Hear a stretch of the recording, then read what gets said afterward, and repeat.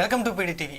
Supreme ధర్మాసనం ఈరోజు ఇచ్చినటువంటి చంద్రబాబు నాయుడు క్వాష్ పిటిషన్ మీద ఇద్దరు ద్విసభ్య ధర్మాసనం న్యాయమూర్తులు ఇచ్చినటువంటి తీర్పు మీద కొంత గందరగోళంగా ఉంది. కొంతమంది ఆశ్చర్యం కూడా వ్యక్తం చేస్తూ ఉన్నారు.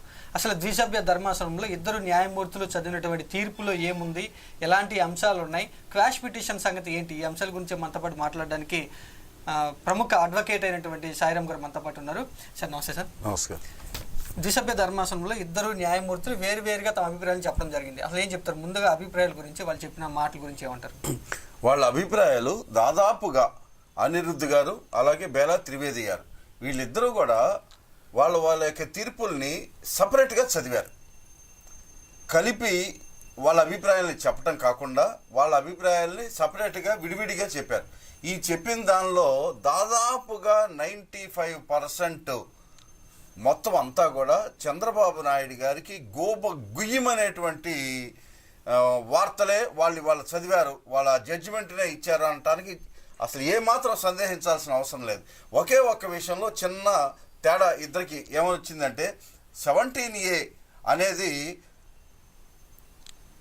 దాన్ని అమలు చేయడానికి ముందర అంటే చంద్రబాబు నాయుడు గారిని అరెస్ట్ చేయడానికన్నా ముందర ఒకసారి గవర్నర్ గారి పర్మిషన్ తీసుకొని ఉంటే బాగుండేది అని అనిరుద్ధ్ గారు చెప్పినట్టు జడ్జి గారు చెప్పినటువంటి ఒక మాట, తీసుకొని ఉంటే బాగుండేది అంతే. ఆ తర్వాత దాన్ని కంటిన్యూ చేస్తూ ఇప్పుడైనా గవర్నర్ గారి పర్మిషన్ తీసుకొని ఆ కేసుని ప్రొసీడ్ అవ్వచ్చు, చాలా క్లియర్గా చెప్పారు, చాలా స్పష్టంగా చెప్పారు. ఇప్పుడైనా సరే పర్మిషన్ తీసుకోవచ్చు, తీసుకొని దాన్ని కంటిన్యూ చేయొచ్చు. రిమాండ్కి ఏదైతే పంపించారో అవినీతికి సంబంధించి మన ఏసీబీ కోర్టు ఇచ్చినటువంటి జడ్జి మీద, ఆ జడ్జి గారు ఇచ్చినటువంటి తీర్పు మీద రిమాండ్ కూడా ఇది చెల్లదు అని చెప్పిన సందర్భంలో ఈ రిమాండ్కి సంబంధించి మేము ఏ విధమైనటువంటి వేలు పెట్టాం, అది కరెక్టే, సక్రమంగానే జరిగింది అని అంటే మొత్తం చంద్రబాబు నాయుడు గారి అవినీతి కేసుల్ని యాక్సెప్ట్ చేస్తున్నట్టుగా ఒక్క 17Aలో గవర్నర్ గారి యొక్క పర్మిషన్ అనే మాట ఒక్కదాన్ని తప్ప మొత్తం ఈయన అవినీతికి సంబంధించి మొత్తాన్ని ట్రయల్ కోర్టు దగ్గర నుంచి హైకోర్టు దగ్గర నుంచి జరిగిన మొత్తాన్ని కూడా వాళ్ళు సమర్థించినట్టుగా మనం చెప్పుకోక తప్పదు.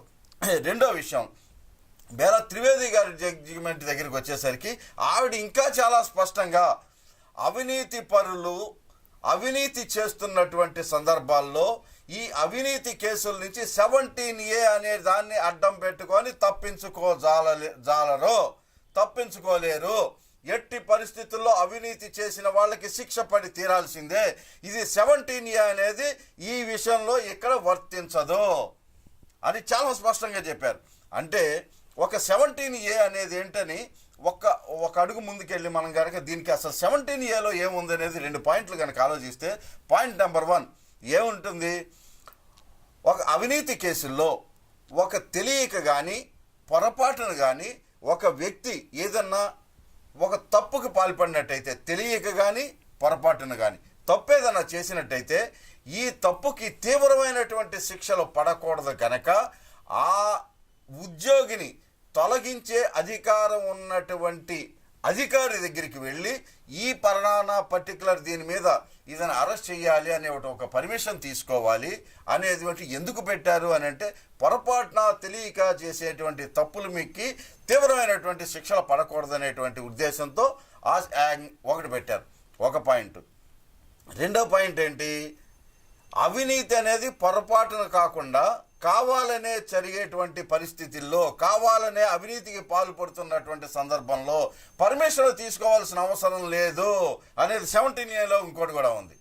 ఇక్కడ వీళ్ళ ఇంటర్ప్రిటేషన్, చంద్రబాబు నాయుడు గారు చెప్పే ఇంటర్ప్రిటేషన్ ఏంటంటే 371 కోట్ల రూపాయలు అవినీతి జరగలేదు అని చెప్పటల్లా, అర్థమైంది కదా, 371 కోట్లు అవినీతి జరగలేదని చెప్పటల్లా వీళ్ళు ఎంతసేపటికి టెక్నికల్ ఆస్పెక్ట్ మీద నాకు గవర్నర్ గారి పర్మిషన్ లేదని, లేకపోతే 6 గంటలకే అరెస్ట్ చేశారని, ఇంకా ముందు అరెస్ట్ చేయాలని, 24 గంటల టైం దాటిపోయిందని, ఇట్లాంటి టెక్నికల్ అంశాలని తెర మీదకి పట్టుకొని వస్తున్నారు. ఎందుకని అనంటే ఈ అవినీతి కేసులో చంద్రబాబు నాయుడు గారికి సంబంధించి 371 కోట్ల రూపాయలు అవినీతి పలానా పనులు జరిగితే అది చంద్రబాబు నాయుడు గారికి ఏమి సంబంధం? ఇది సంబంధం లేదు గనక ఈయనకేం తెలియకుండా జరిగింది కనుక గవర్నర్ గారి పర్మిషన్ తీసుకోవాలి అనే టెక్నికల్ అంశాన్ని పట్టుకొని కోర్టుకు వచ్చారు తప్ప అవినీతి జరగలేదు అనే విషయాన్ని ఎక్కడ చెప్పడం అనేది జరగలేదు. ఈ రెండో పాయింట్ ఏంటి అని అంటే, ఈ టెక్నికల్ ఈ 17A కూడా సీఎం అనే పదం కానీ గవర్నర్ అనే పదం కానీ ఎక్కడా లేదు. ఇది రాష్ట్ర ప్రభుత్వ ఉద్యోగులకి, కేంద్ర ప్రభుత్వ ఉద్యోగులకి తెలియక చేసే పొరపాట్లకి తీవ్రమైన శిక్షలు పడకూడదు అనే ఆస్పెక్ట్లో తీసుకొచ్చినటువంటి చట్టం 17A. ఇది సీఎం గారే కావాలని ఆయన నేతృత్వంలోనే ఎన్నిసార్లు ఆయన సంతకాలు ఉన్నాయో, ఎన్నిసార్లు ఆయన మౌఖిక ఆదేశాలు జారీ చేసి ఈ 370 కోట్ల రూపాయలు పలానా వాళ్ళకి ఇవ్వండి అని చెప్పాడో, ఆ డబ్బుల్లోంచి ఈయన బ్యాంక్ అకౌంట్లోకి ఎంత పడిందో, ఈయన డైరెక్ట్గా తెలుగుదేశం పార్టీలో అకౌంట్లోకి ఎంత పడిందో, అలాగే ఈయన పలానా సంస్థలకి ఇవ్వండి అని అంటే అవి వెళ్ళిపోవటం, తర్వాత అక్కడి నుంచి దేశాలు దారిపోవటం, అక్కడి నుంచి మళ్ళీ వచ్చి ఇక్కడికి ఇండియాలోకి ప్రవేశపెట్టడం, ఇవన్నీ కూడా తెలిసి చేసినటువంటి తప్పులే. ఈ తెలిసి చేసినటువంటి తప్పులకి ఏమాత్రం క్షమించాల్సిన అవసరం లేదని చెప్పి ఈ సందర్భంగా బేలా త్రివేది గారు చెప్పినట్టయింది. అలాగే అనిరుద్ధ్ గారు కూడా చెప్పినటువంటి తీర్పులో కూడా ఇప్పుడన్నా అవసరమైతే గవర్నర్ గారి పర్మిషన్ తీసుకోండి అని అన్నారు తప్ప ఇది అసలు చెల్లదు, ఈయన అవినీతి అనేది పాల్పడలేదు ఎక్కడ అనేటువంటి మాట ఎక్కడ అన్నటువంటి పాపాన పోలేదు అని అంటే, చంద్రబాబు నాయుడు గారిని సుప్రీంకోర్టు కూడా ఈయన తప్పు చేసినట్టు, అవినీతికి పాల్పడినట్టు, 371 కోట్ల రూపాయలు జనాల సొమ్ముని దిగమింగేసినట్టు సుప్రీంకోర్టు కూడా ఇవాళ యాక్సెప్ట్ చేసింది. అందుకని పండగ రోజున చంద్రబాబు నాయుడు గారికి పెద్ద చెంపదెబ్బని చెప్పేసి ఈ సందర్భంగా చెప్పుకోక తప్పదు. కోర్టులో భారీ ఊరట లభించింది అంటూ కూడా జగన్మోహన్ రెడ్డికి ఎదురు దెబ్బ తగిలింది అంటూ కొన్ని మీడియా ఛానల్స్లో వార్తలు వస్తున్నాయి కదా ఈ టైంలో. వార్తలు వాళ్ళ అనుకూలంగా ఉండేటువంటి ఓకే, ఊరట అని అంటే ఏంటి, ఆ 17Aని ఎలో చేసేసి అసలు ఈ కేసే చల్లదు అని అంటే ఊరట. ఇది ఏమని చెప్పారు బేలా త్రివేది అనే ఆవిడ, ఆ జడ్జి గారు, ఇది 17A ఇక్కడ వర్తించదు అని క్లియర్గా చెప్పింది. అనిరుద్ధ్ గారు అనేటువంటి జడ్జి గారు ఆయన చెప్పిన మాట ఏంటంటే, ఇది ఇప్పుడైనా పర్మిషన్ తీసుకోవచ్చు, ఇది 1918 తర్వాత ఈ చట్టం అనేది వచ్చింది కనుక పర్మిషన్ తీసుకొని ఉంటే బాగుండేది అన్నారు. కానీ ఎక్కడ కూడా అవినీతి జరగలేదు, ఇక్కడ ట్రయల్ కోర్టుకి ఈయన్ని రిమాండ్కి పంపించేటువంటి జ్యూరిస్డిక్షన్ ఆ కోర్టుకి లేదు అని కదా వీళ్ళు వాదించారు.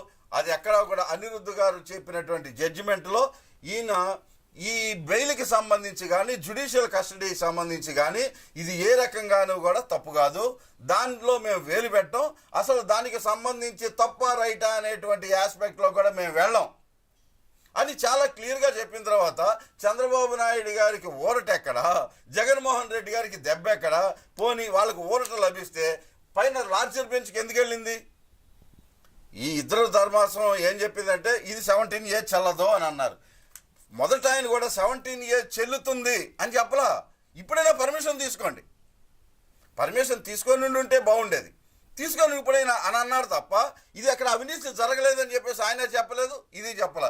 ఈ ఇద్దరిది 17A చెల్లుబాటు అవుతుందా లేదా అనేటువంటి విషయంలోనే సందిగ్ధం కనుక దీని మీద లార్జర్ బెంచ్కి ఇంకో దానికి 3 సభ్యుల ధర్మాసనం కానీ 5 సభ్యుల ధర్మాసనం మీద కానీ వెళ్ళి దాని మీద విస్తృతంగా మళ్ళీ డిస్కస్ చేసి చెప్పనేటువంటి ఇదే తప్ప ఊరట లభించింది అనేది ఎక్కడుంది? ఇది ఖచ్చితంగా చంద్రబాబు నాయుడు గారికి శిక్ష తగలాల్సిందే.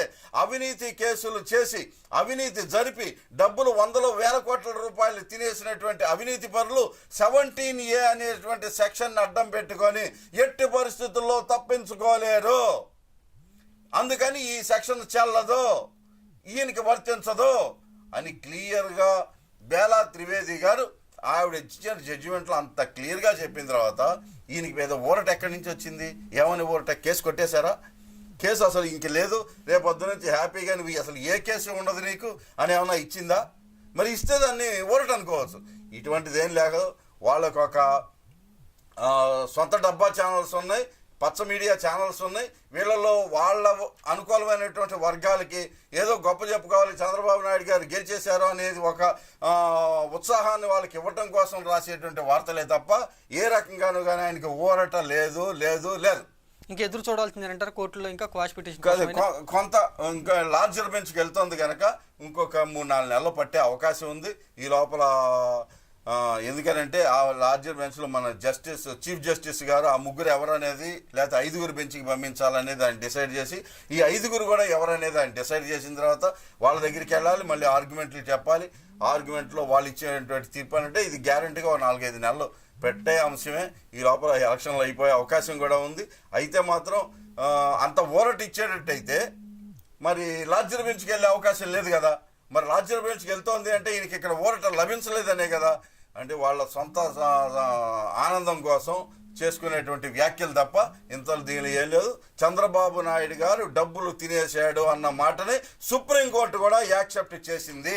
ఈయన అవినీతి పరుడు, ఈ అవినీతి కింద కొన్ని వేల కోట్ల రూపాయలు దిగమింగేసినటువంటి మాట ఇది ఒక్కటే కాదు. దీని వెనకాల మళ్ళీ దీని మీద ఆయనకి బెయిల్ ఇచ్చారు కదా, ముందస్తు బెయిల్ ఇచ్చారు. ఈ బెయిల్ని కూడా ఛాలెంజ్ చేస్తూ సుప్రీంకోర్టులో ఒక కేసు ఉంది. అది ఎల్లుండి రాబోతోంది. గతంలోనే ఇది వచ్చినప్పుడు ఈ 17A మీద తీర్పు చెప్పిన తర్వాత దాని సంగతి ఏంటో తెలుస్తామని చెప్పారు. అది ఎల్లుండి కోర్టు ముందుకు రాబోతోంది. అలాగే ఇక్కడ ఫైబర్ నెట్ కేసు ఒకటి ఉంది. ఈ ఫైబర్ నెట్ కేసు కూడా 19వ తారీఖున కోర్టు దగ్గరికి రాబోతోంది. దాని మీద బెయిల్ ఇవ్వాలా అక్కర్లేదా, దీనికి ఇవ్వాలా అక్కర్లేదా అనేది 2 రోజుల్లోనే ఇది కూడా తేలిపోబోతున్నాయి.